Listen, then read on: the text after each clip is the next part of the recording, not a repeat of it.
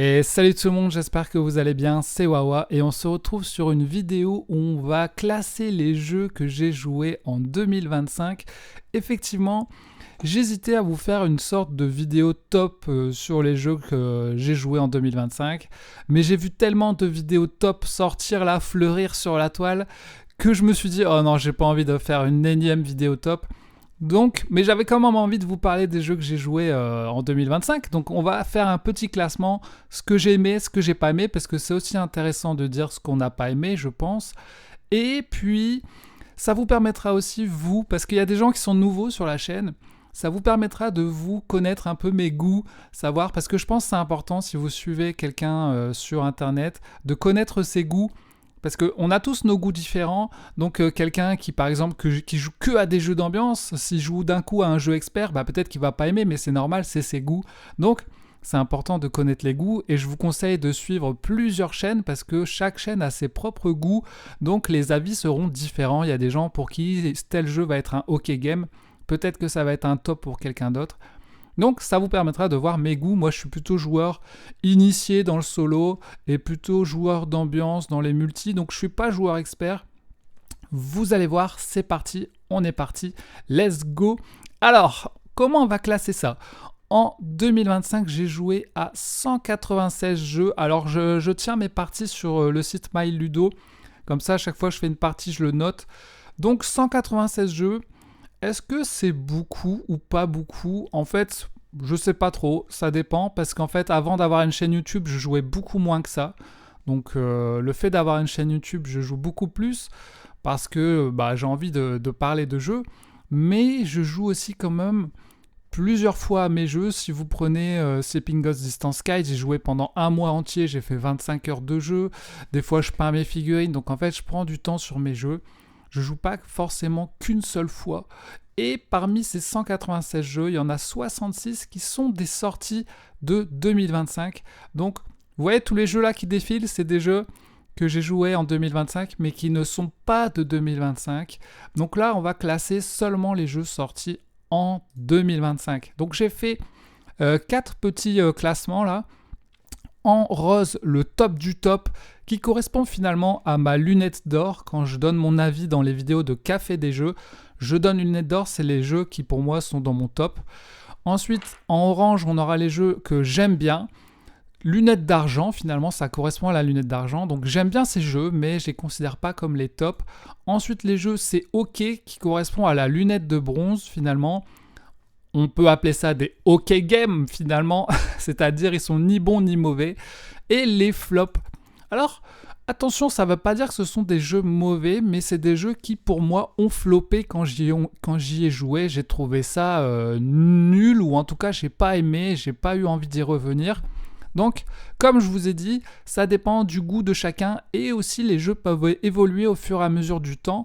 Donc, c'est pas mal de revenir dessus, par exemple, un an après pour dire est-ce que ça a évolué. Et parfois, même après plusieurs parties, des jeux qui étaient flop peuvent monter ou inversement, etc. Allez, c'est parti, on va commencer. On va commencer par Horizon de Spirit Island. C'est le premier jeu que j'avais joué. En fait, il est sorti vraiment fin 2024. Et du coup, le temps de l'acheter, le temps d'y jouer, moi j'ai joué début 2025 et je pense que la plupart des gens c'est ça. Donc on peut le considérer comme un jeu finalement de 2025 en fait, qui est finalement un petit Spirit Island qui est... Attendez, là c'est ma vidéo que j'ai filmée, on va mettre des petits plans, ça sera plus sympa. Spirit Island qui est considéré comme un jeu quand même assez expert, assez complexe à jouer. Et là, la version Horizon, elle simplifie un petit peu le jeu. On a des créatures plus simples à jouer, on a moins de matériel, on a une mise en place peut-être un peu plus rapide. Donc, c'est vraiment sympa pour jouer. J'ai beaucoup aimé mes parties sur Horizon de Spirit Island.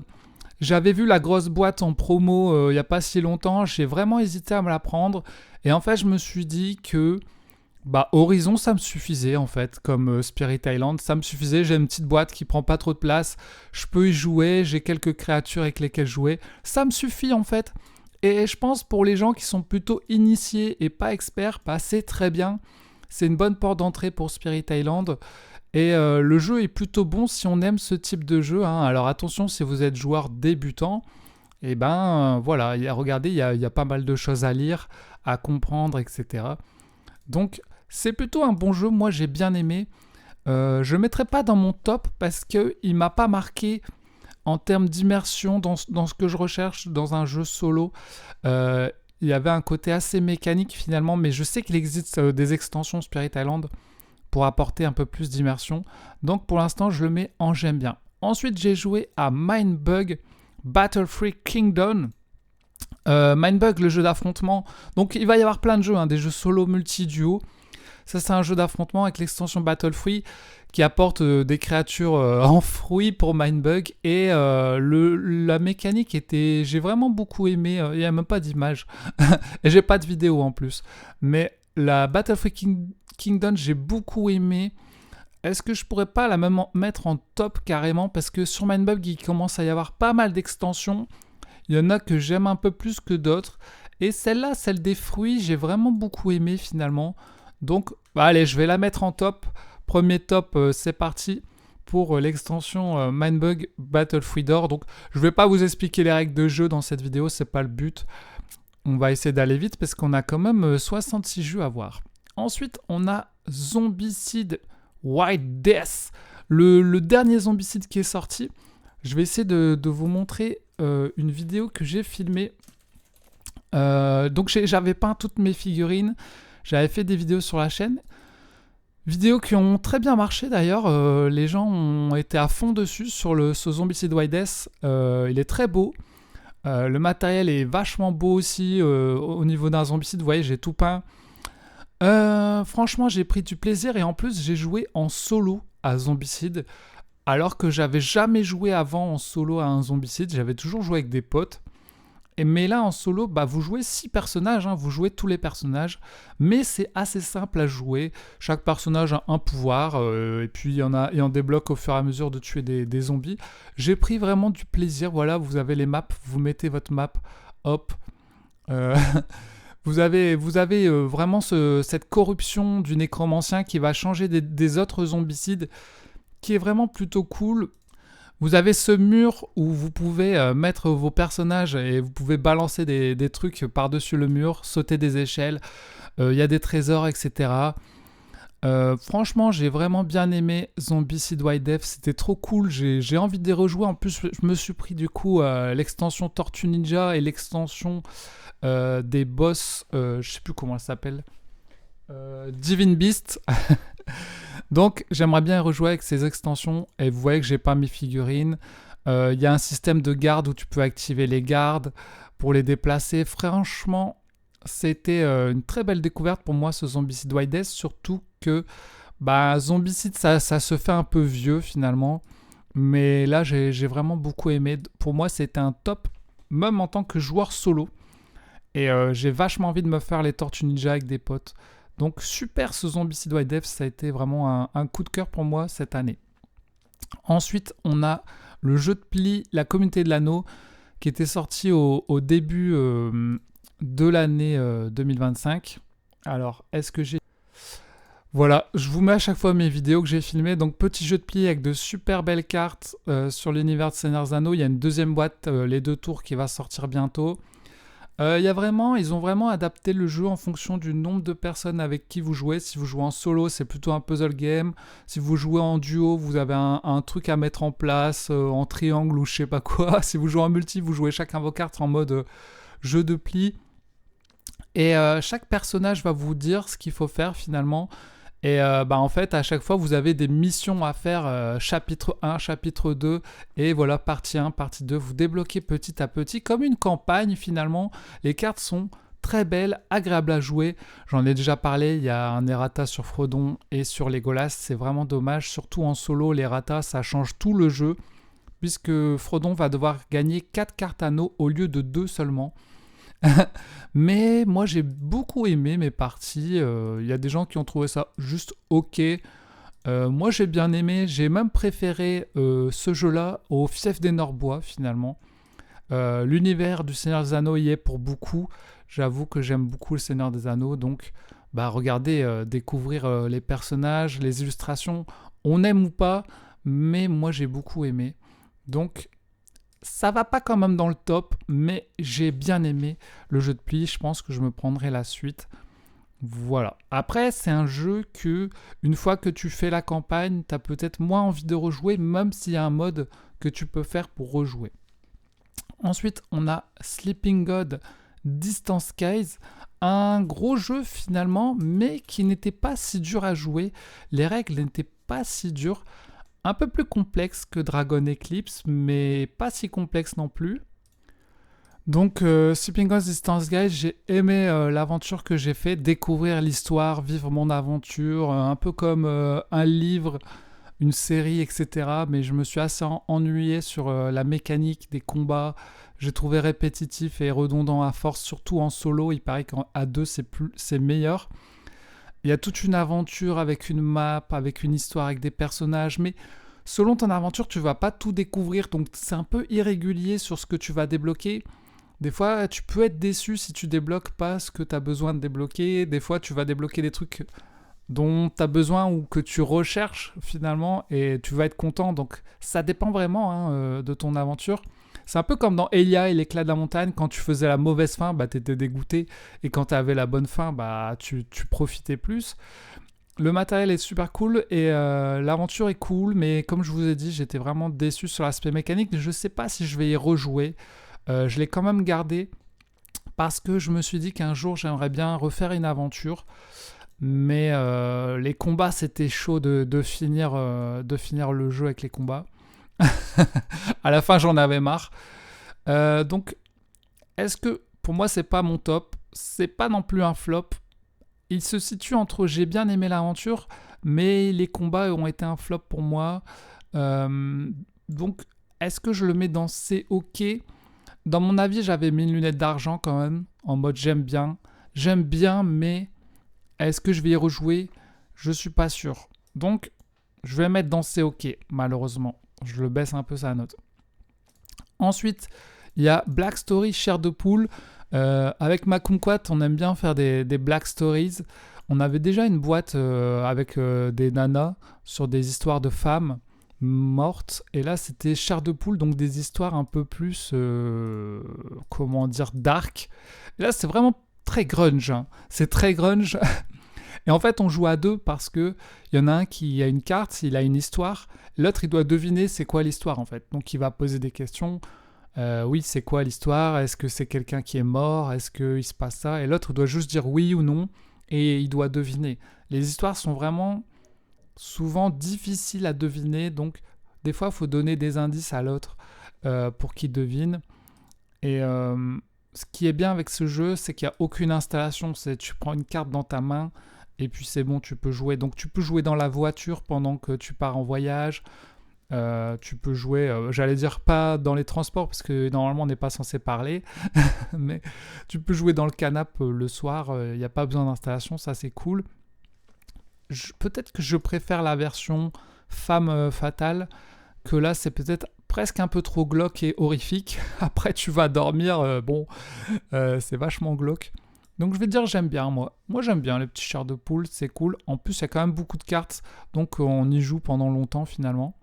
Ensuite j'ai joué à For a Crown. Alors celui-là je l'ai pas, je l'avais joué dans un bar à jouer avec des potes. Il avait été encensé quand même comme jeu en fait. Et moi j'ai plutôt bien aimé avec des potes, on a bien rigolé, hein, on s'est bien amusé. À chaque fois tu vas acheter une carte, tu vas mettre une sleeve et après tu vas piocher les cartes que les gens ont choisi finalement et il va se passer des trucs du genre voler un truc à l'autre ou récupérer des diamants. Donc c'est assez simple finalement. En fait c'est vraiment rigolo en fonction de avec qui vous jouez. Si vous jouez avec des amis, vous aimez bien vous charrier, vous allez passer un bon moment. Si vous jouez avec des gens qui sont vraiment blasés, ça va être chiant. Moi, Warcraft, j'ai bien aimé. Je ne l'ai pas acheté, mais j'ai bien aimé, franchement. J'ai bien aimé. Ensuite, on a Flip 7. Alors, Flip 7, je crois qu'il a été dans tous les tops de fin d'année des gens. Vous voyez, moi, j'ai mis 6. Parce qu'en fait, Flip 7, c'est un jeu de stop ou encore, hein, où chacun va avoir son paquet de cartes. Et en fait, à chaque fois, il faut décider si tu t'arrêtes ou si tu continues. Et si tu continues, il ne faut pas avoir 2 fois la même carte. Il y a des petites cartes bonus. Et si tu as 7 cartes différentes, tu fais le flip 7, le bonus. Donc, en fait, quand j'ai commencé à jouer à flip 7, pour moi, c'était un flop, en fait. Parce que il y avait des gens qui n'arrivaient pas à avoir des points parce qu'à cause de l'aléatoire, ils étaient éliminés direct. J'avais un pote à chaque fois qui disait je continue, il avait un double, il se faisait éliminer. Du coup, pour lui, il pouvait même pas jouer, quoi. Et donc vraiment beaucoup d'aléatoires. Après, je l'ai ressorti plusieurs fois, je l'ai encore ressorti à Noël et à Nouvel An. Et je me suis rendu compte que Flip 7, si t'arrivais à mettre l'ambiance et à animer le truc, ça devenait rigolo finalement. Et par exemple, pour Nouvel An, on avait mis les gens, ils étaient tous sur des chaises, j'avais mis des tables devant eux. Je prenais la carte et je disais, tiens, tac, tu veux encore une carte ? Ouais, tac, tu veux encore une carte ? Non, c'est bon, j'arrête. Ok, tu prends tes points. Aussi, on a fait un compteur de points sur le téléphone pour compter les points, parce que c'est chiant à compter les points. Donc, prenez une application avec un compteur pour Flip 7. Et après, j'animais le truc et je disais, ah, tiens, t'en veux encore une ? T'en veux pas ? Ok, ah, toi, t'es éliminé. Et tout le monde rigolait. Et le fait d'animer le truc, ça rend le Flip 7 beaucoup plus vivant qu'autour d'une table où on se fait chier. En mode, ouais, ok, je continue. Donc, il faut vraiment animer le Flip 7 pour qu'il devienne cool. Et finalement, je l'ai ressorti pas mal dans ma famille parce que c'est assez simple, même si c'est très aléatoire. Donc, je vais dire j'aime bien finalement. Mais au début, pour moi, c'était un flop. Et à force d'y jouer et d'animer le truc, c'est devenu un j'aime bien. Ensuite, on a Frosthaven. J'ai joué 16 heures sur Frosthaven pour découvrir chacun des personnages. Dans un des cafés des jeux, d'ailleurs, je vous avais parlé des différents personnages. Je ne sais plus c'est lequel. Donc, c'est un gros jeu, grosse boîte, très expert avec beaucoup d'éléments, beaucoup de mise en place, qui est la suite de Gloomhaven, Gloomhaven Mâchoire du Lion. Vous jouez des personnages qui sont très complexes à jouer. Il y en a que je préfère par rapport à d'autres. Les missions sont assez intéressantes parce que c'est pas que juste tuer des monstres. Des fois, tu as des missions du genre sauver un Yeti moine ou des trucs comme ça. Je suis allé jusqu'à des boss hyper loin et tout. C'était cool, j'ai vraiment bien aimé. Mais en tout cas, si vous jouez au jeu de plateau, c'est très lourd. Que ce soit le jeu en lui-même, la mise en place et tout. Je vous conseille d'abord d'y jouer sur Steam, le jeu vidéo. Vous avez accès au jeu en jeu vidéo et vous pouvez jouer en solo. Moi, j'aime bien jouer 3 personnages. J'avais pris 3 personnages pour jouer. Et c'était vraiment cool parce que j'avais un personnage un peu assassin, là, le petit qui tapait, qui se déplaçait, qui avait une double, des triples cartes ou des doubles, je sais plus. Un autre qui était mi-sorcier, qui lançait des insectes. C'était trop marrant. Mais voilà, j'ai arrêté d'y jouer, mais j'ai beaucoup aimé Frosthaven. En tout cas, sur la version jeu vidéo, c'était beaucoup mieux parce qu'il n'y a pas tout l'aspect matériel. Et des fois, on dit c'est mieux de jouer aux jeux vidéo qu'aux jeux de société parce qu'il y a trop de matériel. Par exemple, pour Slay the Spire, je trouve pas. Mais pour Frosthaven, là, je trouve que c'est mieux de jouer aux jeux vidéo. Parce que tout l'aspect compliqué de la mise en place, vous ne l'avez pas là. Parce que là, c'est vraiment énorme. Hein. C'est vraiment un truc avec... En plus, vous êtes obligé d'avoir un insert pour ce type de jeu, Frosthaven, parce que dedans, sinon, c'est que des plastiques. C'est dégueulasse. Vaut mieux faire des inserts pour tout ranger, les monstres, les machins et tout. Donc voilà, j'avais bien aimé Frosthaven. Ensuite, on a Gulfi. Alors, que dire de Gulfi, les amis ? Donc Golfi, en fait, c'est littéralement le jeu Skyjo, mais avec un univers de golf posé dessus. Vous allez avoir chacun, vous voyez votre zone de cartes comme dans Skyjo, et vous allez piocher des cartes, et à chaque fois, vous allez en retourner, et puis il faut faire gaffe à pas marquer trop de points, parce que dans le golf, il faut faire le moins de trous possible. Là, c'est pareil, hein. Donc il y a vraiment un côté Skyjo, mais je trouve que c'est moins bien que Skyjo, ça marche moins bien, donc je vois pas l'intérêt de Golfi finalement, à part le thème du golf. J'ai joué même en solo, j'ai joué avec des gens, et pour moi ça a été un flop, donc je le mets dans flop. Malheureusement, je ne vois pas l'intérêt de Gulfi si vous avez Skyjo. Je vois pas ce que ça vient faire là, à part mettre le thème du golf, donc dommage pour Gulfi. Ensuite, on a Django. Django qui était... c'est la même illustratrice, c'est le même format que Skyjo. Donc je crois qu'ils ont voulu un peu aller sur la hype de Skyjo pour pouvoir sortir Django avec les petits singes. Le jeu est très fluide, hein. Une fois que les gens connaissent les règles, c'est très fluide, ça marche très bien. Vous avez votre carte, vous ne pouvez pas mélanger vos cartes. Et quand vous avez des combinaisons de cartes, vous pouvez les jouer, etc. Je trouvais ça sympa. Pour moi, c'est dans OK. C'est OK. Franchement, à choisir entre Django ou Trio, je préfère jouer à Trio. Qui a un petit côté plus mémoire, un peu plus ambiance, que Django, c'est fluide, mais finalement, tu rigoles pas trop, ça passe, c'est ok en fait, j'ai envie de dire, c'est ok, ça fonctionne bien, mais il y a mieux quoi, en fait, pour moi, hein. Après, peut-être que pour des gens, c'est un top, et pour moi, j'ai trouvé ça ok, presque dans j'aime bien, mais finalement, c'est ok quoi. S'il n'y avait pas d'autres jeux pour le concurrencer, sinon, il marche assez bien. Ensuite, j'avais joué à Zoro, les secrets de Zoro. En festival, en solo, j'avais bien aimé Zoro, c'était sympa. Il y avait un petit côté, je dois me placer à tel endroit pour ramasser des cartes. Je débloque des équipements, puis il y a des gens qui arrivent, des vigilances, etc. L'univers Zoro que j'aime bien, c'était cool, mais je me verrais pas l'acheter quoi. Pour moi, c'était plutôt ok, j'aime bien, mais c'est ok quoi. C'est comme Django en fait, finalement. Le problème, c'est que ça souffre de la comparaison avec d'autres jeux qui sont meilleurs. Et vous pouvez passer un bon moment, mais ça peut vite s'essouffler peut-être. Et donc voilà, je mettrai dans c'est ok. Ensuite, on a Time Meet. C'est un jeu de duel où vous avez des cartes et puis vous allez pouvoir acheter des cartes en faisant des paris. Et les cartes vont vous donner des bonus, parfois même des malus.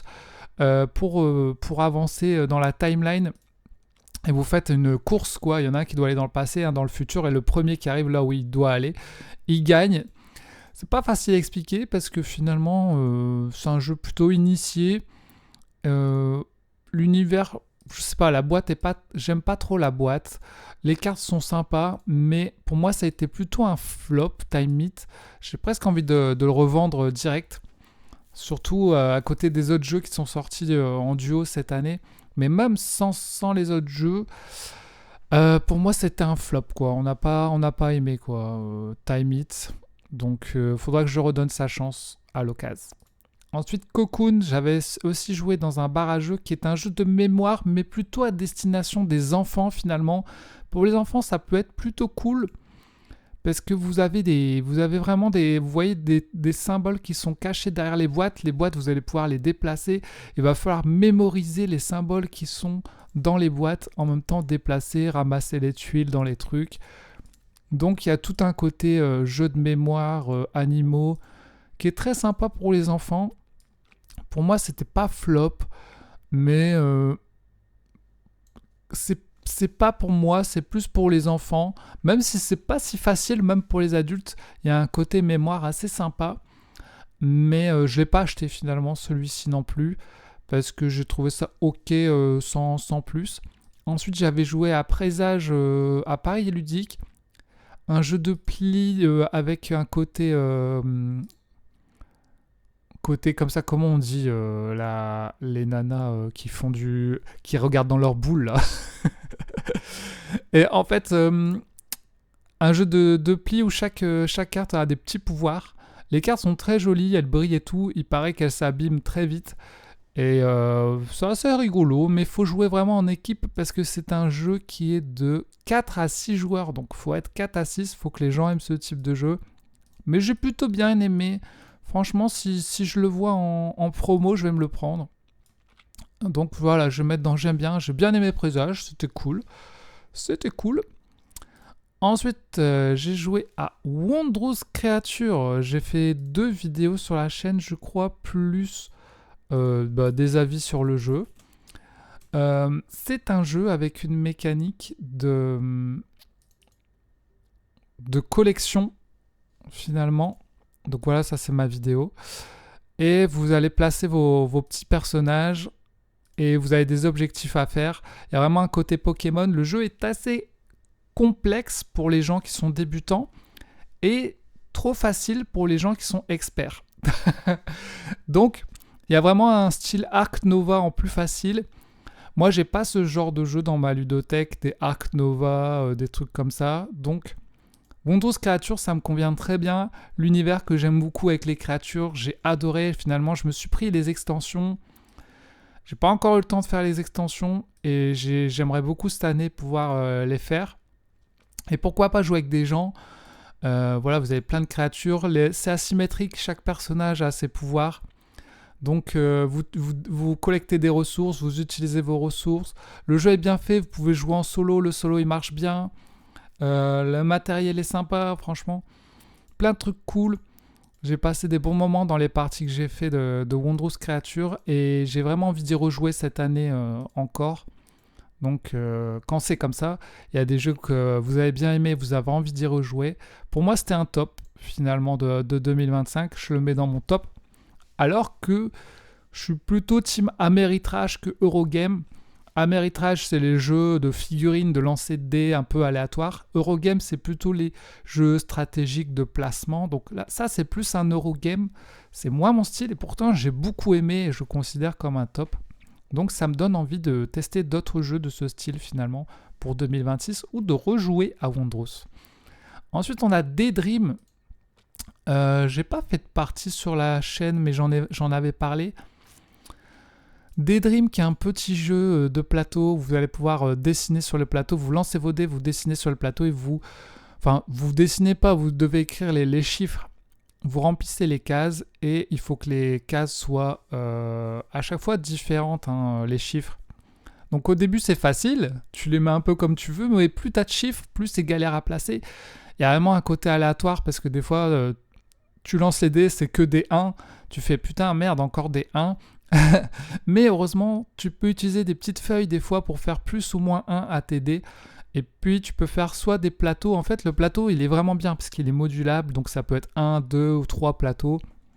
Et c'est pas très cher. Et c'est vraiment bien pensé, je trouve, l'aspect du jeu. Pour moi, au Daydream, au début, c'était un OK game. En mode, ouais, ok, tout ça pour ça, c'est ok. Et finalement, c'est devenu un jeu que j'aime bien. À force de le prendre en vacances, d'y jouer dans le train, simple à prendre en vacances justement, jouable en solo, à deux, à plusieurs, un côté très chill, donc finalement j'aime bien Daydream et il reste dans ma ludothèque finalement. Ensuite on a Leaders. Leaders qui est un jeu d'affrontement type échec avec des personnages du type un peu League of Legends qui ont chacun leur pouvoir. Et vous allez faire un draft de personnages, c'est-à-dire chacun à votre tour choisir des personnages pour combattre en mode échec. Mais vous ne pouvez pas prendre le même personnage que votre adversaire, donc vous allez avoir chacun vraiment une équipe distincte. Et franchement, ça marche vraiment bien une fois qu'on connaît les pouvoirs des personnages.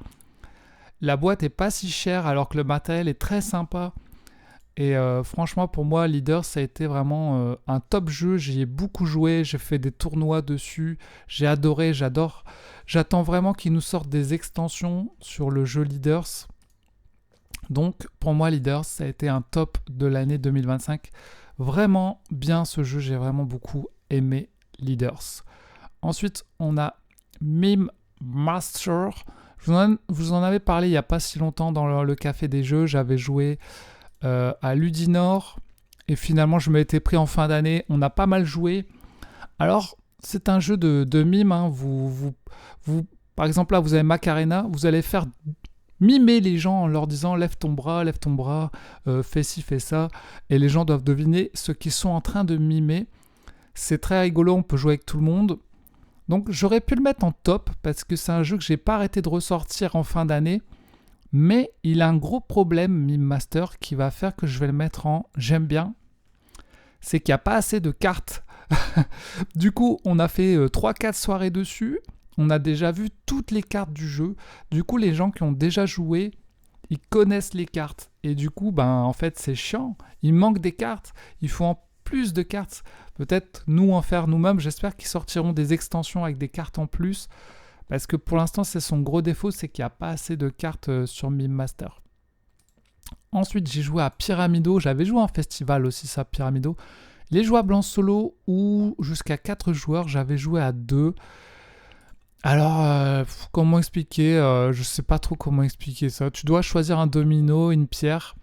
Tu places ton domino, tu fais des connexions et puis à la fin, tu gagnes des points, en grosso modo. Donc, c'est assez long à jouer pour une dose de fun qui est pas incroyable, mais je sais pas à quoi je pourrais le comparer. Est-ce qu'il y a des commentaires ici? Wow, les gens, ils ont mis des bonnes notes, hein. Placer des dominos pour qu'ils restent dans un carré en essayant de marquer le plus de points possible. Ouais, c'est ça. Bon, ça vend pas du rêve, hein. J'ai trouvé ça ok. J'ai pas trouvé que c'était un flop, mais j'ai pas non plus trouvé ça incroyable. Donc pour moi, c'était ok. Ensuite, on a Symbiose, petit jeu. Alors pour le coup, là aussi, c'est un jeu qui ressemble à Skyjo, mais qui, je trouve, apporte une mécanique très sympa. Ce qui est très intéressant, c'est que vos 2 cartes de gauche, elles vont fonctionner avec votre voisin de gauche et vos 2 cartes de droite vont fonctionner avec votre voisin de droite pour vous faire gagner des points. Par exemple, là, si le poisson à droite vous dit 3 points par verre, bah les 3 verres qui sont là, 3 x 3, bah hop, ça vous donne tous les points. Là, pareil, 4 points pour escargot à gauche, tous les escargots vous donnent les 4 points. Et les cartes qui sont au milieu vous donnent des points pour vous, en fait. Donc c'est super intéressant. Les gens qui, quand ils jouent la première fois, ils n'arrivent pas à capter le délire. Mais quand tu fais le décompte des points, ils disent « Ah, ok, j'ai mieux compris, ok, ça marche. » Et après, tu fais une deuxième partie, c'est plus fluide et les gens s'amusent. En plus, il y a juste assez de cartes pour faire des parties. Faut pas hésiter à prendre le petit livret qui vous dit combien il y a d'animaux et de couleurs, parce qu'il n'y en a pas le même nombre. Par exemple, il n'y a pas beaucoup de grenouilles, il n'y a pas beaucoup de cartes bleues, alors qu'il y a beaucoup de verts et il y a beaucoup de libellules, par exemple. Donc, en sachant ça, tu peux faire tes choix. Donc ça devient plus stratégique qu'on ne le croit. On peut croire que c'est un jeu un peu aléatoire et en fait quand tu connais le nombre d'insectes qu'il y a, le nombre de couleurs, ça devient beaucoup plus stratégique et tu peux faire tes choix en fonction. Donc comme dans Skyjo, tu dois retourner une carte à chaque tour et quand on a tout dévoilé, c'est fini. Bien sûr, des fois il y a de l'aléatoire, hein. Tu vas essayer d'avoir une grenouille, tu n'en auras jamais, tant pis pour toi. C'est devenu un top jeu finalement, on l'a ressorti pas mal de fois avec différents âges dans la famille et ça a toujours bien marché. Et je suis content de l'avoir pris finalement parce qu'au début j'avais joué que sur Board Game Arena. J'ai fini par me le prendre, c'était genre 9 € et il remplace le Skyjo littéralement. Alors que Goulfi, non. Ensuite on a Zénith. Aïe aïe aïe, Zénith. Pourquoi je dis aïe aïe aïe? Parce que ça a été un top jeu de l'année pour beaucoup. Moi j'y ai joué. J'ai plutôt bien aimé ce côté tir à la corde. Lui il met ses cartes, il pousse les planètes vers lui. Moi je mets mes cartes, je les pousse. Qui va avoir le plus souvent sa planète? Tu joues de différents personnages. Tu peux jouer aussi sur le côté gauche du plateau pour débloquer des trucs. Si t'es bloqué, tu peux jouer sur le côté droit. Donc j'ai plutôt bien aimé, mais j'ai trouvé ça, je sais pas, un peu long des fois, où t'es un peu bloqué, un peu poussif, ou des fois t'es un peu frustré aussi. Tu penses pouvoir faire des trucs qui t'y arrivent pas, donc t'es dégoûté. Des fois tu penses gagner, mais tu perds. Au final, je me le suis pas acheté, et j'ai pas envie de me l'acheter, et j'ai presque pas envie de rejouer à Zénith. J'ai bien aimé mes parties, mais je sais pas, j'ai pas eu l'envie d'y rejouer. Donc pour beaucoup c'est un top. Pour moi c'est pas un flop, j'ai bien aimé. Mais je pourrais presque le mettre dans OK parce que j'ai plus envie d'y jouer en fait à Zénith. J'ai assez joué que j'ai plus envie d'y jouer. J'ai même pas testé l'extension. Donc ce serait méchant de le mettre dans C'est OK quand même. Parce que ça reste un bon jeu, mais pour moi, pour l'instant je vais le mettre dans J'aime bien. J'aime bien Zénith. Si vraiment on me propose une partie, je veux bien y rejouer, mais de moi-même, j'y rejouerai pas. Agent Avenue, aïe aïe aïe, là aussi c'est pareil. C'est aussi un jeu qui a fait le top chez beaucoup de gens. Là, je me suis acheté des petites figurines de Zootopia, j'ai mis dans ma boîte, parce que sinon c'est juste les 2 petits meeples là. Je me suis acheté plein de figurines, et du coup t'as le choix des figurines. Le jeu est rigolo parce que vous allez utiliser des cartes et vous allez faire la course contre l'autre et vous devez le rattraper en fait. Et vous avez tout un système où il y a des cartes qui peuvent vous faire gagner instantanément ou perdre instantanément. Et en fait, vous devez donner des cartes à l'autre et il doit choisir parmi les cartes que vous donnez. Et il y a un côté un peu... je contrôle l'esprit de l'autre en mettant des cartes et je sais ce qu'il va choisir. Mais j'ai trouvé que ça s'est soufflé quand même assez vite. Pourtant, je l'ai acheté, hein, celui-là. J'ai fini par l'acheter, mais ça s'est soufflé assez vite. Comme quoi, tu l'as même pas aimé. Donc pour moi, ça a été un flop à Jean Avenue, finalement. C'est un flop, mais j'ai envie d'y rejouer cette année pour lui redonner une chance, peut-être avec l'extension en plus, donc il pourra peut-être remonter la pente. Pour l'instant, pour moi, c'était un flop.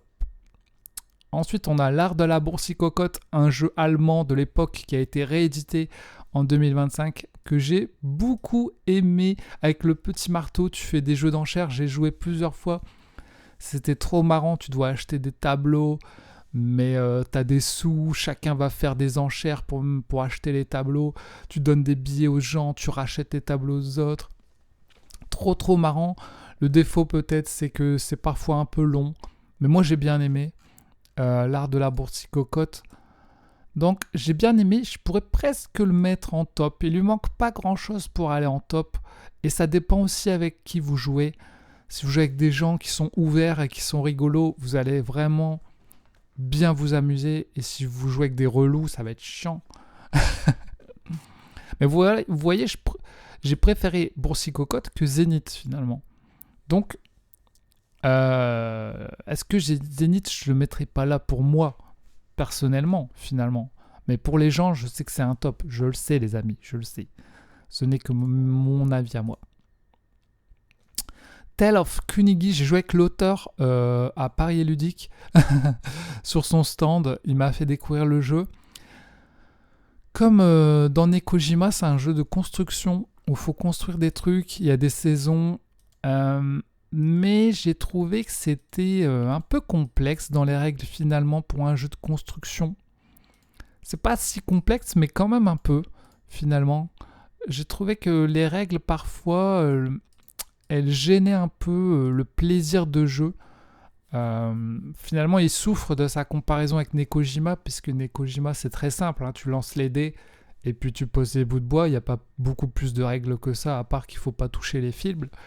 Mais là, il y a tout un truc de... tu as un objectif à faire qui est caché. Tu dois faire ci, tu dois faire ça. Et des fois, je trouve que ça bloque un peu ton plaisir de jeu. Mais après, le rendu est magnifique. Une fois que tu as construit le truc, tu dis « Ah ouais, c'est classe quand même ». Et vous voyez sur les trucs, vous avez des objectifs à faire. En plus, on ne comprend pas tout du premier abord. Il faut bien comprendre les règles, machin. Donc, j'ai bien aimé, mais je trouve que les règles m'ont saoulé, littéralement, en fait. Dans le sens. Donc, je vais le mettre en COK et je ne l'ai même pas acheté finalement. Parce que je me suis dit, pour les gens autour de moi, ils vont être saoulés aussi par les règles, je pense. Et c'est vrai que, comme je dis, malheureusement, il souffre de sa comparaison avec Nekojima. Ensuite, j'ai joué à POC, à Paris et Ludique, qui est un jeu de dés, de pétanque, où tu lances des dés. Donc, forcément, qui dit dés dit aléatoire de ton lancer. Donc, je sais pas trop quoi dire de POC. J'avais bien aimé ma partie. Je l'ai pas acheté. C'est un jeu quand même à 40-45 balles. Donc pourquoi pas s'acheter la pétanque à la place, je sais pas. Je sais pas, il y a des jeux, tu te dis pourquoi ça existe vraiment. Donc je vais dire c'est ok pour POC. Vous pouvez franchement passer des bons moments avec POC. Il n'est pas mauvais, c'est pas un flop. Vous pouvez passer des bons moments, donc ça dépendra des gens, mais pour moi je trouve ça ok. Ensuite, Toy Battle, le jeu de duo d'affrontement avec très simple à jouer, avec des personnages qui ont tous des petits pouvoirs. Vous avez chacun votre équipe. Bon, vous avez à peu près la même équipe hein, finalement.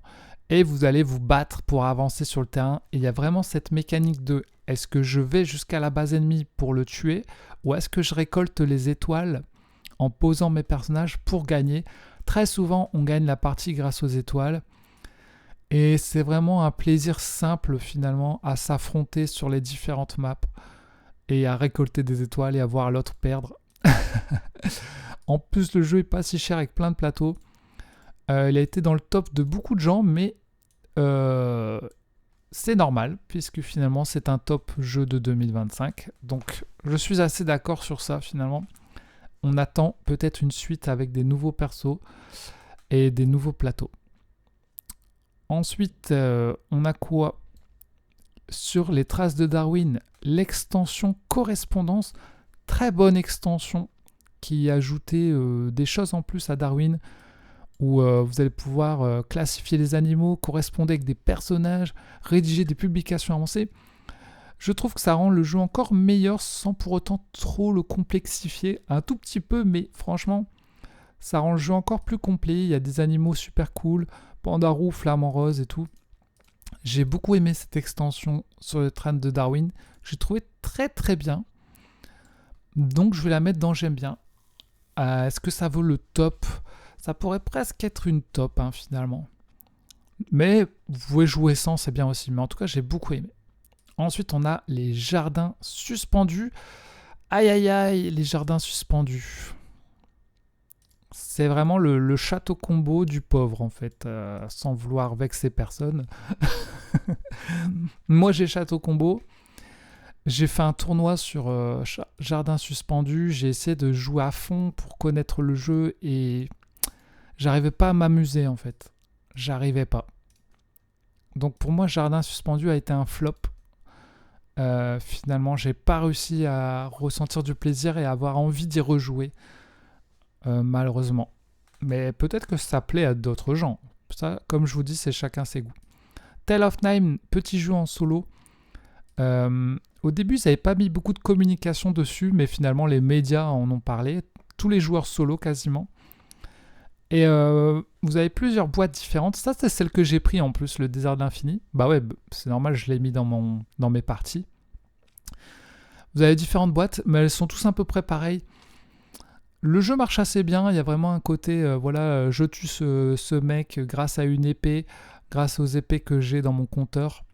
Je débloque un nouveau truc pour débloquer une autre carte. Je récupère des équipements qui me donnent des bonus et j'ai une petite aventure avec une campagne à faire. Donc vraiment très sympa, pas très cher. Moi j'avais joué dans le train, j'avais 2-3 heures de train. J'ai joué tranquille, j'ai fait ma campagne. Il y a un mode où tu peux jouer à l'infini. Le problème, c'est que pour moi, c'est un jeu un peu mouchoir. C'est-à-dire, une fois que tu l'as fini, tu auras moins envie de rejouer. Là, il est chez moi, j'y rejoue plus, quoi. Et je pense pas que j'y rejouerai cette année. Si j'irai dans le train, je rejouerai peut-être un autre jeu, mais j'ai bien aimé. Mais au niveau rejouabilité, c'était un peu faible. En même temps, c'est un micro-game, donc est-ce qu'on peut faire mieux? Donc je vais dire j'aime bien. J'aime bien. Ouah, c'est entre les deux, en vrai. C'est pas ok, c'est bien, mais c'est niveau rejouabilité, c'est un peu faible. Aïe aïe aïe. Ensuite, on a le jeu d'Etrigan, Chromatic Pulse. Etrigan. Oh, il y a quelqu'un qui a tout imprimé. Incroyable. Waouh. Parce que Etrigan a sorti son jeu en print and play. J'ai fait une vidéo dessus. Où est-ce qu'elle est? Ah bah elle est là. J'ai fait une vidéo dessus avec une interview d'Etrigan. Au début il y a l'interview et après on a fait le jeu ensemble. Il m'a appris à jouer les règles du jeu. Donc allez voir la vidéo, c'est trop cool que j'ai joué avec Etrigan. C'était vraiment bien en vrai. C'était vraiment bien. Vous avez des personnages asymétriques dans un univers de cyberpunk. Vous avez des dés, vous voyez des missions à faire où vous avancez dans votre mission et vous affrontez des ennemis, donc il y a des affrontements d'ennemis. Il y a tout un univers cyberpunk, vous débloquez des objets. Franchement, je sais pas comment il a fait pour créer ce jeu tout seul. C'est un truc de fou. Les matos qu'il y a dedans, il y a des boss à affronter, vous voyez. Donc, j'ai vraiment beaucoup aimé. Malheureusement, j'ai pas de quoi imprimer. Donc, j'ai pas pu imprimer le jeu chez moi et y jouer. Et je suis pas fan de jouer sur Tabletop Simulator. Donc, j'ai pas été plus loin. J'aurais beaucoup aimé. Franchement, c'est un jeu qui mériterait de sortir en vrai, dans une vraie boîte. Faut aimer le lancer de dés quand même, hein. Il y a du lancer de dés. Mais c'était super. N'hésitez pas à aller voir la partie. Donc, pour le jeu d'Etrigan, j'aime bien. Mais je pourrais pas le mettre en top parce que j'ai pas été plus loin finalement. Mais c'est vraiment cool et franchement, chapeau d'avoir créé ça. Je sais pas comment il a fait. Un jour, j'aimerais bien créer un jeu. Je pourrais pas créer un truc aussi dense. Moi, je partirais d'abord sur un truc plus petit, je pense. Donc, bravo pour avoir créé cet univers tout seul. C'est un truc de fou, quoi. Ensuite, on a Boss Battle, l'extension de Keep the Hero Hat que j'avais pledgé. J'avais tout pledgé, hein, c'est-à-dire j'avais commandé sur Kickstarter. Ça, c'est l'extension pour Keep the Hero Hat. Donc, c'est un jeu en anglais, mais il y a possibilité de trouver les règles en français. Et en fait, l'extension est vraiment bonne parce que elle ajoute des boss qu'on va pouvoir affronter. Pourquoi il y a un cadenas là? C'est quoi ce truc? Et franchement, ça apporte plein de nouvelles choses, des nouveaux boss, des nouvelles façons de jouer, un truc pour adapter la difficulté du jeu. Donc, super bonne extension. Pour moi, c'était un top, cette extension de Boss Battle. Elle améliore encore le jeu Keep the Hero Hat, je trouve. Son gros défaut, c'est que c'est cher finalement. Mais elle apporte encore plein de nouvelles cartes et de nouveaux personnages à Boss Battle. Après, ça, c'est un jeu que moi, j'aime bien. Mais il y a des gens qui trouvent ça ok. Donc ça, c'est selon vos goûts aussi. Et d'ailleurs, j'avais aussi eu l'extension de la petite licorne, qui est un petit personnage en plus. Mais celle-là, je ne l'ai pas trouvée incroyable, la petite licorne. Pour moi, c'était plutôt un flop, cette licorne, qui n'était pas ouf. Si vous devez choisir entre la licorne ou Cthulhu, le petit Cthulhu, prenez le petit Cthulhu qui est vraiment bien. Alors que la licorne n'est vraiment pas ouf, elle pose des caca-licornes. Et après, vous pouvez activer ces caca-licornes pour avoir un bonus, mais c'est pas terrible quoi. Non, elle est vraiment pas terrible cette licorne. Mais elle est rigolote. Après, ces cartes sont rigolotes. Ensuite, on a l'île des Mookies, petit jeu de scorpion masqué. Illustrée par Sepio, je la suis sur Instagram, elle fait des très belles illustrations, elle fait d'autres jeux aussi. Allez voir son Instagram. Petit jeu pour les enfants de collection. À la fin, celui qui a le plus de cartes, vous voyez. Lui, il a 5 soleils, elle en a que 4. Bon, bah, c'est lui qui va gagner la médaille du soleil. Et puis à la fin, tu gagnes les médailles, celui qui a le plus de points à gagner. C'est très simple. Il y a des créatures légendaires, les créatures sont belles, ça marche bien. On a encore rejoué il n'y a pas longtemps, juste pour le fun, parce que c'est rapide. Et même entre adultes, voilà, c'est good mood, tranquille. Comme quoi on peut faire des jeux avec, j'ai envie de dire pas grand-chose, mais dans le sens où, bah ouais, c'est pas grand-chose finalement, c'est des créatures avec 1 point ou 2 points, voilà, c'est ça le jeu. Donc, est-ce que ça irait dans top? Non, je vais le mettre dans j'aime bien. J'aime bien l'île des Mookies, c'est cool, on le ressort de temps en temps. Ensuite, Instable. J'ai pas mal rejoué finalement. Quand j'ai fait mon café des jeux, je l'avais taclé un peu en me disant que c'était pas ouf. Mais finalement, j'ai pas mal rejoué. Parce qu'il y a ce truc qui fait que c'est une petite boîte que tu peux emporter n'importe où.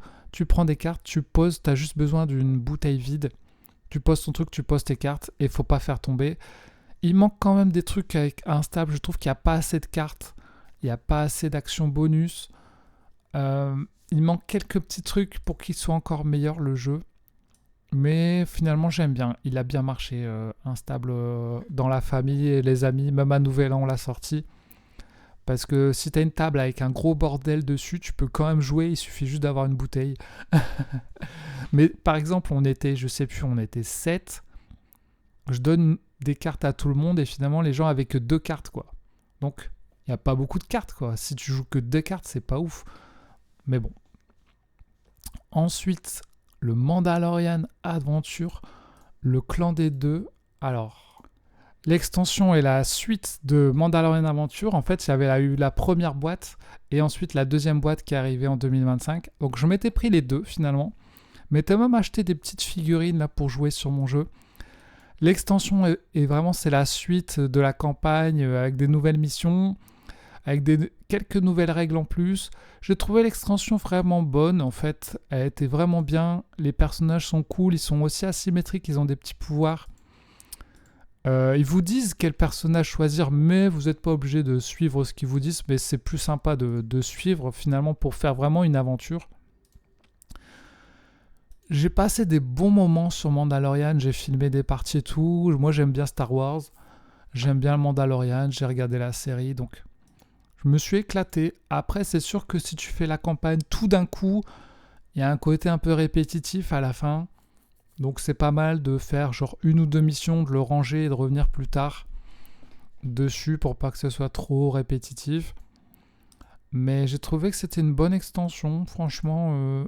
Après j'ai presque l'impression que au lieu d'avoir fait un jeu complet directement à 70-80 balles, ils ont découpé le jeu en deux finalement, peut-être même en trois si jamais il y a une troisième extension. J'ai l'impression qu'ils ont découpé le jeu. Un peu comme les jeux vidéo où ils font un jeu et puis après ils sortent une extension ou ben là, ouais c'est la suite, mais du coup on dirait que le jeu a été coupé en deux. Donc pour ceux qui ont mis le 1, le 2 c'est cool. Donc j'ai bien aimé Mandalorian Adventure. J'aime bien, voilà. Ça commence à prendre forme tous ces jeux là. Par contre on voit plus... ouais, voilà. On voit plus là. Ensuite, on a Ascension Tactique. Incroyable, Ascension Tactique. C'était cool, Ascension Tactique. Il y a vraiment un ressenti de Clank dans Ascension Tactique. Puisque dans Ascension Tactique, eh bien, c'est un deck building. Hein. Vous allez jouer sur un plateau, mais il y a un côté contrôle de territoire. Vous jouez vos personnages, vous allez alors capturer des zones. Il y a des équipements à récupérer sur la map, il y a des forêts qui vous bloquent votre déplacement. Vous avez des champions, ça c'est trop marrant. Vous avez des champions, vous pouvez en acheter des nouveaux. Vous pouvez acheter des cartes du marché. Vous avez des ennemis en solo sur lesquels vous allez affronter. Les cartes sont assez jolies. Le plateau est pas terrible. Les ennemis, voilà, ils vous foncent dessus pour aller capturer les zones. Franchement, en solo, ça marche très bien. Vous avez des bonus, vous avez des cartes, voilà, il y a vraiment ce système comme dans Clank où tu achètes des cartes et selon ce que tu vas acheter, ça va être cool ou pas. Vous voyez, les héros, ils ont des points de vie, des points de défense, des points d'invocation.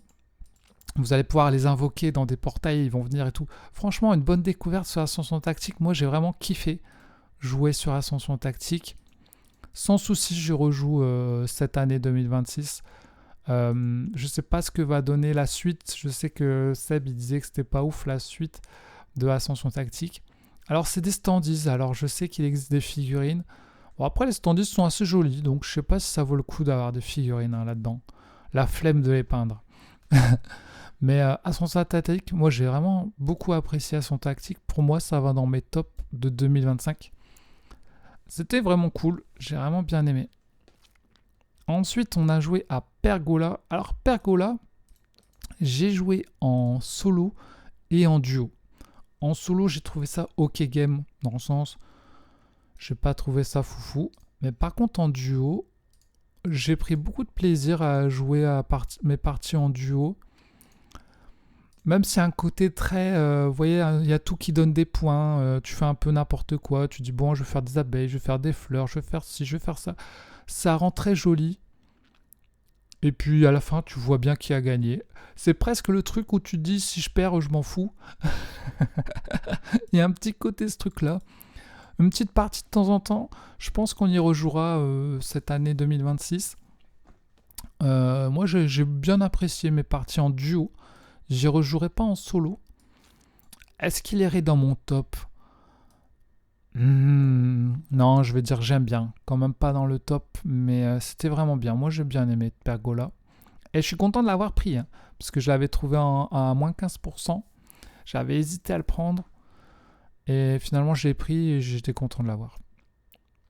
Le petit Swooby, le jeu d'extérieur où tu lances des trucs, j'ai trouvé assez dynamique, assez rapide et efficace. J'ai préféré ça à POC finalement.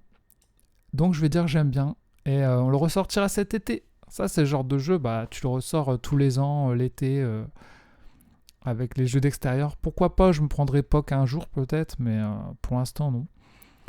Ensuite, le Unlock Short, le chant des embruns. Ah là là, les Unlock Short, ça a été un peu des... Pas ouf. Pas ouf. Celui-là, j'avais bien aimé, c'est qu'il y avait des poèmes, finalement. L'univers était vraiment beau, et il y avait des poèmes. Ça, j'avais bien aimé. Après, les enquêtes en elles-mêmes, je les ai pas trouvées incroyables. Donc pour celui-ci, je vais mettre dans C'est OK. Il y en avait un autre que j'ai fait après, Le cœur de l'océan, que celui-là, pour moi, avec la sirène, que j'ai vraiment pas trouvé très intéressant. Donc celui-là, c'était plutôt un flop. Et celui du poisson, plutôt C'est OK. Ensuite, on a Café Barra. Ah, bah je vais pas vous en parler maintenant parce que je vais bientôt vous en parler dans le prochain Café des Jeux. Donc on reporte ça. Flipperbox, le manoir de l'horreur que j'ai joué en festival. Alors en fait, il faut savoir que moi j'ai le Tumbling Dice qui est vraiment, c'est le Tumbling Dice, c'est Flipperbox mais en mode adulte quoi. où t'as le truc en bois vraiment de luxe quoi, super stylé. Là c'est vraiment le truc côté enfant, mais je trouve que comparé à Tumbling Dice qui est assez large, là c'est vraiment serré. Il y a des trucs partout, il y a des trous, il y a des bonhommes, il y a des machins, et du coup je trouve que c'est compliqué d'être précis. Quand j'ai joué, j'ai tiré, j'ai eu l'impression de pas pouvoir être assez précis pour faire ce que je voulais. Alors que dans Tumbling Dice, si tu arrives à être un peu précis, tu peux arriver à faire des trucs. Donc le fait que j'ai Tumbling Dice, eh ben, je ne prendrai pas Flipperbox, mais ça peut être un beau cadeau à offrir pour les enfants, je pense. Donc ça touchera plutôt une cible enfant, je pense.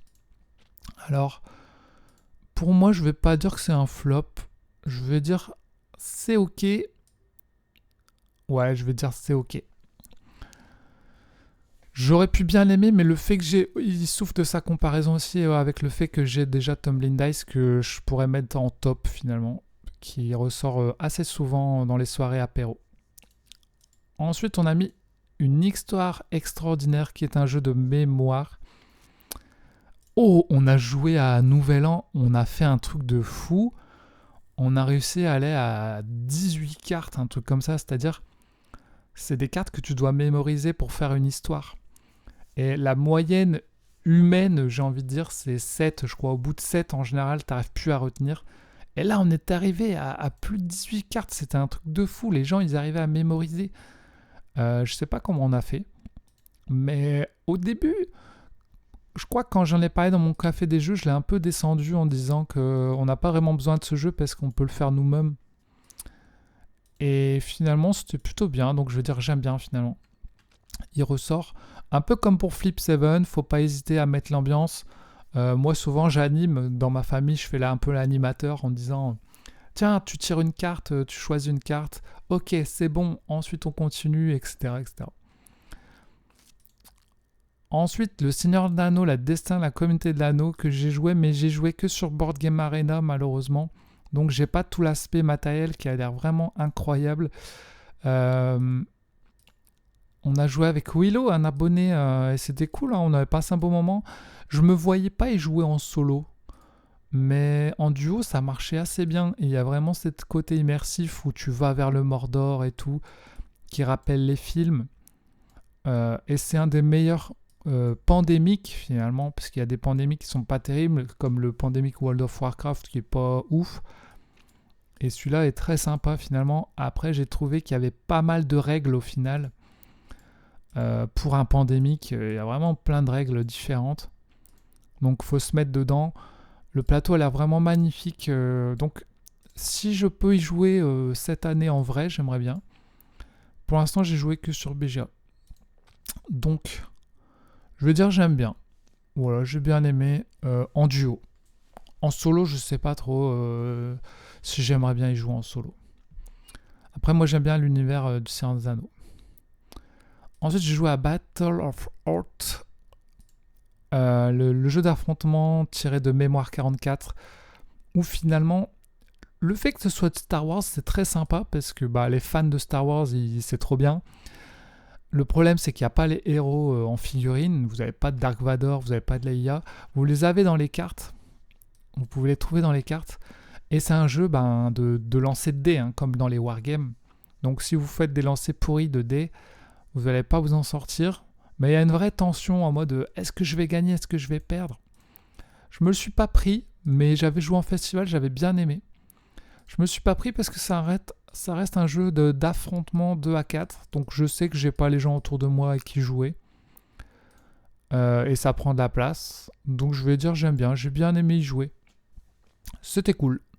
Ensuite le petit Ohio Bob, petit jeu solo. Où il faut prendre son petit meeple et voilà, il y a un petit côté Subterra, faut éviter les pièges, faut trouver des coffres, faut débloquer des cartes.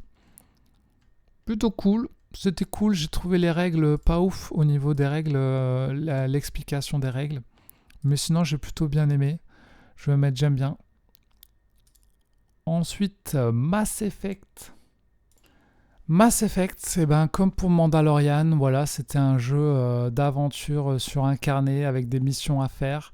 C'était plutôt cool, franchement, dans l'univers de Mass Effect. J'ai beaucoup aimé la mécanique des dés, finalement, où t'as vraiment tous tes dés que tu vas devoir utiliser pour chacun de tes personnages et placer les dés sur les personnages. Cette mécanique, j'ai vraiment beaucoup aimé. Là, il y a des dés succès critique, succès normal, déplacement de 2, déplacement de 3. Cette mécanique, j'ai bien aimé. Ce que j'ai moins aimé, c'est les ennemis qui reviennent tout le temps. C'est un peu étouffant, je trouve.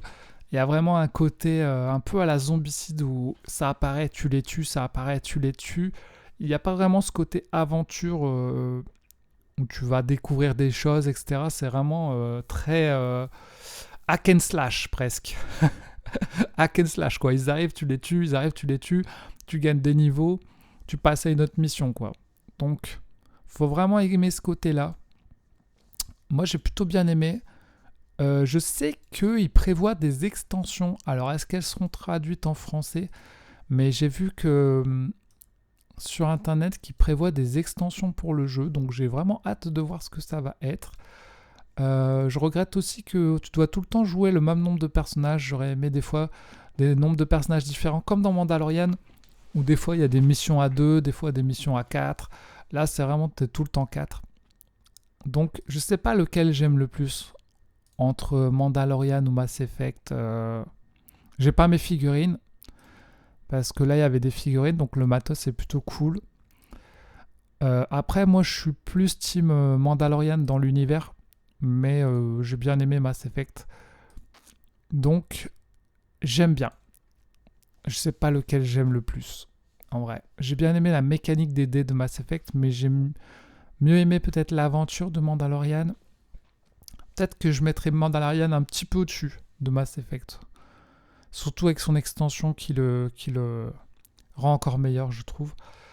Ensuite, on a les petites extensions pour Smile Life. Alors celle qui est sortie cette année, c'est Videlux, qui apportait des cartes de luxe à Smile Life, le petit jeu des Sims, on va dire. Ça ressemble un peu aux Sims, avec une mécanique à la 1000 bornes où tu vas embêter les autres. Donc c'est un jeu à destination plutôt des ados ou des jeunes ados.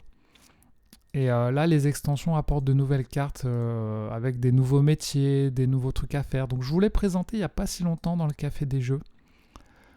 Donc chaque extension apporte ses propres cartes, son propre thème, ses nouvelles cartes pour le jeu. Après, comme je l'avais dit dans ma vidéo, c'est qu'il faut faire attention aux extensions, comment bien les intégrer pour pas qu'il y ait trop de cartes, pour que la partie soit trop longue. Mais à choisir, j'ai bien aimé celle de Girl Power, les thèmes abordés, les cartes, je les ai trouvées ça très sympa. Donc je vais dire j'aime bien pour Girl Power. Celle de Videlux, j'ai un peu moins bien aimé parce qu'il y avait plusieurs cartes qui faisaient des combos entre elles et du coup, si tu les piochais pas, ça marchait pas. Donc j'ai un peu moins aimé celle-là, je vais dire donc c'est ok pour celle-là. Si je vais en choisir qu'une, je prendrais Girl Power plutôt. Ensuite, il y a Tulico. Tulico, petit jeu avec un renard multijoueur. Vous avez votre plateau, vous allez devoir prendre une tuile au milieu, enfin pousser. Il y en a une qui sort de l'autre côté, vous la prenez, vous la mettez dans votre petit jardin, là, petit nuage. Et il faut respecter les symboles aussi. Et bon, il y a peut-être une mécanique avec des couleurs, etc. Bon, je trouvais ça ok en fait pour Chieko. J'ai trouvé ça ok. Je vais pas dire que j'ai bien aimé ni que c'était un flop, j'ai trouvé ça ok. Est-ce que j'y rejouerai cette année? Je sais pas. Tag Team ensuite. On a Tag Team de chez Scorpion Max, qui est un jeu d'affrontement avec des personnages que j'avais joué à la base. C'était à Paris Ludique que j'avais joué. Ensuite, j'ai beaucoup joué sur Board Game Arena pour découvrir les différents personnages. Je me l'étais pas acheté parce que j'avais pas de gens avec qui jouer chez moi. Mais j'ai trouvé ça cool. Vraiment ce côté plus simple que Dice Throne. Mais comme c'est un auto-battler, c'est-à-dire que vous choisissez vos cartes, vous posez vos cartes et après ça se fait automatiquement un peu. Donc le problème des auto-battlers, c'est que des fois il y a un peu trop d'aléatoire aussi. Dans le sens où des fois tu contrôles pas tout ce qui se passe en fait. Mais il y a vraiment ce plaisir de découvrir les différents persos, voir lesquels vont bien ensemble. C'est pour ça que moi j'ai beaucoup joué sur Board Game Arena pour découvrir ces persos et voir ce qui marchait ou ce qui marchait pas. Et des fois tu penses que tu vas gagner, tu vas pas gagner. Donc en fait tu vas prendre vraiment du plaisir à découvrir les cartes qui vont sortir, quoi. Donc il y a un côté aléatoire, un peu comme dans Flip 7 finalement. Tu sais pas quelle est la carte qui va sortir. Et soit ça va te frustrer, ou soit tu vas être content. Et en fait, les gens vont dire c'est chiant, il y a de l'aléatoire, mais c'est ça qui donne le fun du jeu, en fait, finalement. Dans les jeux d'aléatoire un peu d'enchères comme ça. Si la prochaine carte c'est celle-là, bah ça va être cool. Et si c'est pas celle-là, t'es deg. Et c'est ça qui va créer ton émotion dans le jeu, finalement. Donc moi, j'ai bien aimé Tag Team. Après, il n'irait pas dans mon top comme dans Leaders. Parce que dans Leaders, je ressens vraiment un côté très stratégique où je sais que je peux gagner si je connais bien le jeu. Alors que Tag Team, même en connaissant le jeu, je suis pas sûr de gagner en fait. C'est ça le problème. Donc voilà. Pour Tech Time, ensuite pareil, j'avais joué, on était 4 ou 5. Petit jeu qui remplace The Mind avec une horloge. Et vous allez devoir poser des cartes tous ensemble, il ne faut pas parler. Vous pouvez parler que avant de jouer, mais après il faut vous démerder pour poser les cartes. Et ça marchait très bien parce qu'il y a vraiment ce côté, une fois que tu réussis la mission, tout le monde est content. Ouais, vas-y, on continue, on fait une prochaine mission et tu as envie d'enchaîner les missions.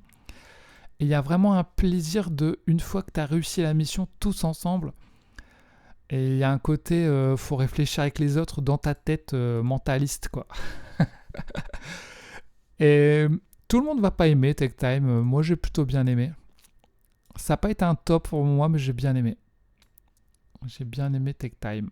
Voilà, ça commence à se remplir bien. Ensuite, on a Arigato. J'ai joué que sur Board Game Arena. Et en fait, il faut savoir que j'ai fait une interview avec l'autrice du jeu. Vous pouvez retrouver Mélodie Ladra. Vous pouvez retrouver l'interview. On avait parlé d'AVC sur la chaîne. Cherchez un peu sur la chaîne, vous verrez sa tête normalement. Donc c'était très intéressant. Et donc après j'avais joué au jeu, j'avais trouvé ça bien. J'aime bien l'univers japonais. On est sur une mécanique de jeu. Le jeu est jouable en solo, mais moi j'avais fait des affrontements à 2 joueurs où tu as des personnages avec des symboles, tu dois récupérer des ressources, machin. C'était pas trop mon style de jeu. Donc, mais j'ai trouvé ça, c'était assez plaisant. Je pense que y jouer en vrai, ce serait mieux d'y jouer en vrai pour moi, je pense. Les illustrations sont cool. Je sais qu'il y a des gens qui ont bien aimé. Je vais dire, pour moi, c'est entre c'est ok et j'aime bien parce que c'est peut-être moins mon style de jeu aussi, quoi. Et je sais que là, par exemple, cette année, j'y rejouerai pas, quoi. J'y rejouerai pas, je pense. Donc, pour moi, peut-être je le mettrais dans c'est ok, dans le sens où les jeux que je mets dans j'aime bien, j'ai envie d'y rejouer, quoi. Les jeux que je mets dans c'est ok, j'ai plus envie d'y jouer. Normalement. À la limite, Manor Box, ouais, pourquoi pas une partie, quoi. POC aussi, mais voilà. C'est pas non plus des flops, quoi. Stranger Things, dossier criminel. L'enquête sur l'univers de Stranger Things de dossier criminel, j'ai beaucoup aimé tout le matériel du jeu. L'enquête en elle-même était sympa. Pour moi, le défaut, c'était qu'il n'y a qu'une seule enquête. Et on a envie d'en avoir plus, finalement. C'est ça le défaut, c'est qu'on a envie d'avoir plus. Mais sinon, j'avais bien aimé l'enquête. Ça me donne envie d'en faire d'autres, des comme ça, parce que ça change vraiment des unlocks. Donc, c'était cool. Eternal Deck, pareil, j'avais joué à Paris Ludique. Je l'avais pas pris, finalement. Quand il est sorti, j'ai dit, est-ce que je le prends? Est-ce que j'en reparle sur la chaîne? Tous les créateurs de contenu ont sauté dessus, on en a tous parlé, donc je me suis dit, oh, la flemme. Vous avez dû le voir dans pas mal de tops, mais c'est vrai, il y a ce côté très original avec les cartes. En plus, il marche bien en solo, il marche bien. En fait, il y a un côté coopération à plusieurs où tu n'as pas le droit de parler, un peu comme dans Tech Time. Mais autant Tech Time, c'est un jeu familial, tu peux jouer avec vraiment tout le monde. Autant ici, il faut déjà des gens un peu plus joueurs que Tech Time. Parce que vous jouez avec des cartes, des couleurs, et vous allez débloquer des petits monstres. Les petits monstres vont arriver au-dessus, là, les yokai. Ils vont vous embêter. Vous pouvez pas poser des trucs pour dire aux autres ce que vous allez faire. Donc c'est pas non plus expert, mais c'est plus complexe que Tech Time. Et faut que les gens aiment ce style, qu'ils aiment l'univers pour pouvoir jouer avec eux. Après, il paraît qu'il marche très bien en solo. J'ai pas testé en solo. Peut-être que je me le prendrai finalement en 2026. Il va être réimprimé en stock, je sais, donc peut-être que je me le prendrai finalement. Donc ça a été un top pour beaucoup de gens. Pour l'instant, comme moi je ne l'ai pas, ça ira pas dans mon top. Je vais dire dont j'aime bien. Mais je sais que pour beaucoup de gens, c'était un top. Ensuite, Bullet Étoile. Moi, j'aime bien Bullet. Voilà, je vous en ai parlé il n'y a pas si longtemps aussi avec les balles, l'univers manga. Je vous avais dit qu'il manquait peut-être une sorte de campagne à Bullet pour le rendre un peu plus immersif parce que c'est très mécanique. Mais ça marche très bien, la mise en place est rapide, c'est fun, il y a un côté stop ou encore. Les parties que j'ai fait, j'ai bien aimé. Est-ce que je rejouerai cette année? Peut-être. Est-ce que je le mets dans top ou j'aime bien? Pour moi, ça reste un top. Bullet, j'aime beaucoup. Donc voilà, je le mets en top. Ensuite, DJ7, petit jeu de musique. Tu scannes des cartes, tu choisis un thème. On a encore joué à Nouvel An, c'était trop marrant. Il y a une carte qui était trop marrant, c'est presque un fromage. La réponse est presque un fromage. Et t'avais des chansons, mais âme bleue, da da di da da dam. Et on a bien rigolé, même si je préfère Hitster finalement. Finalement, au début, pour moi, c'était ok. Finalement, en rejouant, on s'est bien amusé, donc je le mets dans j'aime bien. Mais c'est pas un top. Autant Hitster, je le mets dans top. Autant DJ7, je le mets dans j'aime bien. Ensuite, Toulouse Death Medaille. Un de mes jeux préférés de l'année 2025. J'ai peint toutes mes figurines, j'ai fait l'émission, c'est trop cool. J'ai envie de me prendre d'autres boîtes pour continuer l'aventure. Super jeu immersif. Il doit y avoir ma vidéo là. Ah ouais, il y a ma vidéo ici. Regardez, j'ai peint mes figurines là. Dommage, j'avais des erratas sur le boss. Des erratas, ça veut dire des problèmes de traduction. Vous voyez, vous avez toute une map et vos personnages, ils ont des objectifs. Vous allez devoir essayer de les réaliser, mais vous n'allez pas être tout seul. Il va y avoir des monstres qui vont apparaître, des grands anciens. Le jeu est vraiment difficile à gagner. Les personnages peuvent perdre de la vie, mourir, peuvent monter en folie pour débloquer des dés et des pouvoirs. Chacun a des pouvoirs différents. Les cartes comme ça sont vraiment cool parce qu'ils vous expliquent bien les tours de jeu et tout. Donc le jeu n'est pas si complexe parce que vous avez bien des aides de jeu à chaque fois. Vous avez des cartes super belles. Franchement, en plus il y a du lancer de dés, mais vous pouvez faire des trucs pour relancer les dés, dépenser du stress. Vous avez un système de stress. Vous pouvez utiliser votre stress pour relancer les dés, etc. Vous pouvez débloquer des pouvoirs que vous allez améliorer et tout. Des armes. Vraiment, il y a plein de trucs super cool que j'ai bien aimé. Et il y a une tension dans ce jeu où tu te dis, est-ce que vraiment on va y arriver? Je ne sais pas, même en solo. Regardez le grand ancien qui avance, après il va être invoqué. C'est un bordel.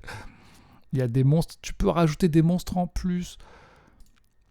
C'est vraiment un bazar. Et si tu regardes à la fin, normalement, je meurs comme une merde, mais il y avait trop d'ennemis, quoi. Donc, bien sûr, tout le Death Medai saison 3, pour moi, ça a été un top. Ensuite, on a le petit dernier, Dragon Eclipse. Eh bien, s'il était arrivé plus tôt, ça aurait été peut-être mon jeu de l'année, Dragon Eclipse. Mais il est arrivé vraiment à la fin de l'année. Incroyable jeu, niveau matériel, mais aussi niveau combat. Les combats sont fun. Vous pouvez jouer vos cartes, vous débloquez de l'énergie. Et en fait, selon votre misting, parce que votre misting, c'est un Pokémon, ils ont des éléments. Donc, si vous avez un meilleur élément, si vous avez l'eau contre le feu, vous ferez plus d'attaque souvent. Vous aurez des bonus. Les ennemis se déplacent. C'est un jeu qui est pensé pour le solo, donc il y a un système de cartes qui fait que votre ennemi va se déplacer, va faire des attaques. Vous allez un peu voir ce qu'il va faire. Vous allez prévoir vos attaques, vous allez le combattre. C'est pas si facile des fois. Il y a des combats qui sont difficiles. Et il y a des différentes arènes avec des cartes qui vous disent bah voilà, il y a des trucs à mettre sur la map qui peuvent vous donner des bonus ou des malus. Et chaque misting a sa façon de jouer, mais à côté de ça, il y a aussi un mode arène. Vous pouvez affronter les autres. Ça, j'ai vraiment envie de le faire bientôt. Affronter contre des gens où chacun prend des mistings et on se combat. Mais sinon, il y a toute une aventure à faire dans Dragon Eclipse que je suis en train de faire et que j'aimerais bien finir. Finalement, dans Dragon Eclipse, je prends vraiment du plaisir. Là, dès que j'ai du temps, je me dis j'ai envie d'y rejouer. Et c'est vraiment ce que je recherche dans les jeux solo. Un peu comme pour Ayla et l'éclat de la montagne que j'avais beaucoup aimé parce qu'il y avait ce côté pas trop compliqué à comprendre.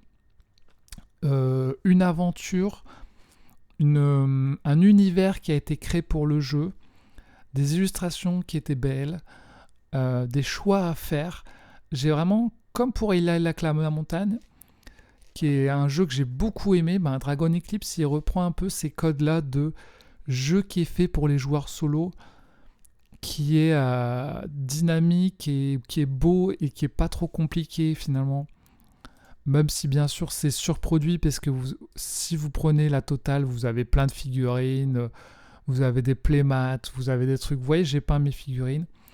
Donc Dragon Eclipse, je l'ai pas encore fini, j'avance dessus, mais pour l'instant, moi c'est un top. Et vous avez aussi l'Unten Arena. Pour l'instant, je ne l'ai pas encore faite, c'est pour pouvoir jouer contre des gens. Mais j'avais joué sur Board Game Arena pour affronter des gens. Donc sur Board Game Arena, c'est pas ouf parce que vous n'avez pas tout le côté matériel, cartes, réflexion. Vous jouez sur votre PC, c'est un peu chiant. Donc j'attends de voir. J'attends de voir ça pour jouer en vrai. J'ai aussi joué à Apex Legends, mais que sur Tabletop Simulator pour apprendre les règles du jeu. C'est un jeu wargame avec des figurines. Vous allez vous poser sur des maps et faire des affrontements avec des lignes de vue. Le jeu est assez complexe et assez long. Donc sur Tabletop Simulator, c'est bien, il n'y avait pas de mise en place, mais j'ai pu apprendre les règles. Mais attention, les règles sont quand même assez touffues, très touffues. Et le temps de mise en place est très long. Pour l'instant, je vais le mettre dans j'aime bien. On verra l'année prochaine quand je vais le recevoir en vrai, s'il ira dans mon top ou pas. Mais j'ai bien aimé y jouer.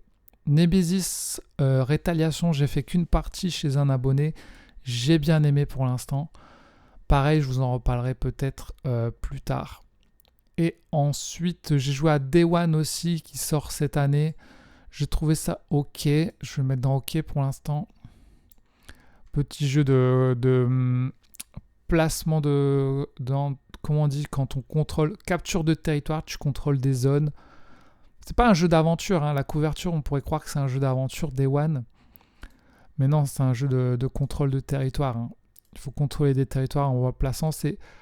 Ça casse un peu la tête, c'est assez casse-tête finalement. Mais si vous jouez contre des gens qui ont une bonne vision des tours à venir, vous pouvez perdre. Mais je sais pas si je vais y rejouer, peut-être. Et du coup, il m'en reste plus que 3. Mindbug, Château Combo l'extension et Café Bara. Je ne vous en parle pas parce que je vous en parlerai dans le prochain Café des Jeux, les amis. Et voilà, du coup, c'est fini. J'ai classé tous les jeux de jouer en 2025 sortis en 2025. Et là, c'est tous les jeux que j'ai joués en 2025, mais qui n'étaient pas sortis en 2025. Donc, en top, quels sont mes tops de 2025 ? Dragon Eclipse, Tout le Death Medaille, Bullet, Ascension Tactique, l'extension Boss Battle, Keep the Hero Hat, Toy Battle, Symbiose, Leaders, Wondrous Creature, Zombicide Wilds, Mindbug Battle Free. Et en j'aime bien, vous avez tout ça. Voilà. En flop, Golfi, Time Meet, Agent Avenue, Jardin Suspendu, l'extension Licorne et le petit Unlock. Donc voilà les amis. C'était mon top et flop de l'année 2025. Il y a plein de jeux que j'aurais aimé jouer en 2025 que j'ai pas pu. On fait selon ce qu'on peut, avec le temps qu'on a, avec les jeux qu'on a.